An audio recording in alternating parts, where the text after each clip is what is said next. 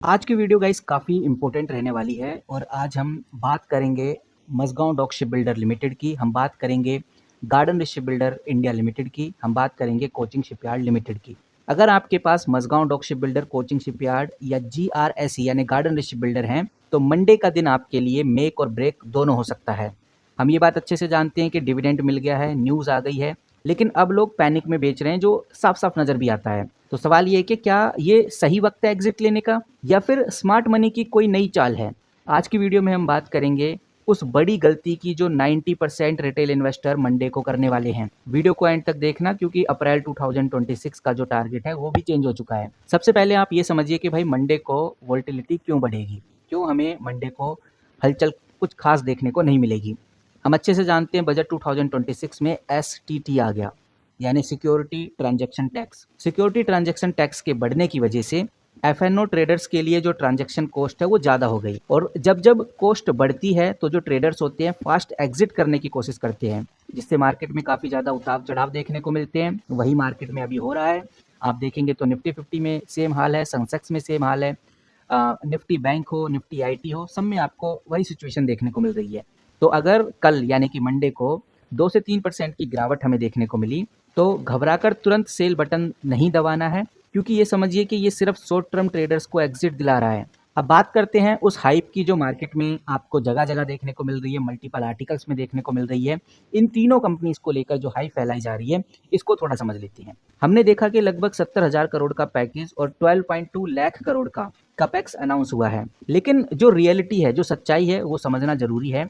सच्चाई ये है कि ये जो पैसा है अप्रैल 2026 में ही रोल आउट होना शुरू होगा। अभी सिर्फ पेपर वर्क और पोर्टल ही बन रहा है। वहीं अगर हम बात करें स्मार्ट मनी की तो ये चीज़ हमें ध्यान रखकर चलनी है।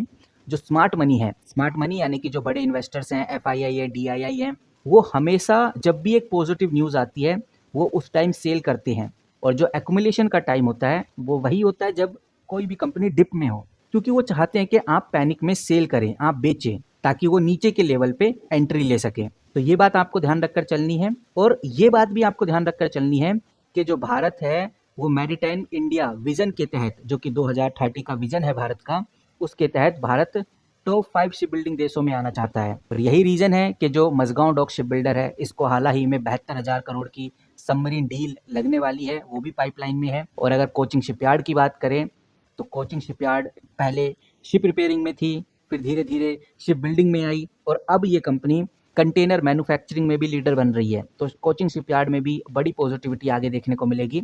इसी के साथ जो ये कंपनी है गार्डन शिप बिल्डर, 74% का प्रॉफिट जंप अभी दिखा चुकी है कंपनी। इनका बिजनेस मॉडल भी बिल्कुल खराब नहीं है, बस प्राइस थोड़ा ओवर हीट हो चुका था, लेकिन अब वो भी ठंडा हो रहा है।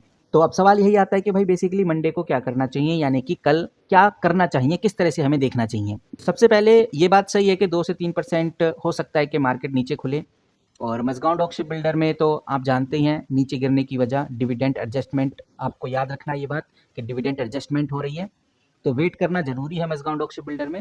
और अगर हम सपोर्ट लेवल की बात करें जो कि काफ़ी इंपॉर्टेंट होता है, यहाँ पर आप देखेंगे ये जो कंपनी है 2344 पे देखने को मिल रही है और इसका सपोर्ट लेवल 2350 ही है, यानी 2350 के बाद ये कंपनी फिर से आपको ग्रोथ में देखने को मिलेगी। फिलहाल अपने सपोर्ट लेवल को Mazagaon dock ship builder breakout कर चुकी है। अगली कंपनी अगर हम कोचिंग शिपयार्ड की बात करें तो कोचिंग शिपयार्ड का जो सपोर्ट लेवल है वो 1500 है और 1500 को ये कंपनी ब्रेकआउट कर चुकी है। तो सपोर्ट लेवल दोनों के ब्रेकआउट हो चुके हैं। तो सपोर्ट लेवल ब्रेकआउट होने से एक बात तो तय है कि मार्केट में कल भी हमें कुछ खास परफॉर्मेंस देखने को मिलने वाली नहीं है, लेकिन ये भी ध्यान रखिए कि स्मार्ट मनी भी इसी टाइम एंट्री लेगी। और ये बात भी ध्यान रखकर चलिए कि जो शिप बिल्डिंग सेक्टर है इसका असली खेल अप्रैल 2026 में शुरू होगा। बाकी गाइज आप हमें कमेंट करके बता सकते हैं आपकी क्या राय है, आप किस तरह से देखते हैं इन तीनों कंपनीज को। इस वीडियो में इतना ही, जैसी कोई बड़ी खबर आती है तो आपके साथ जरूर शेयर करूंगा। मिलते हैं किसी नई वीडियो के साथ, तब तक के लिए take care and good bye.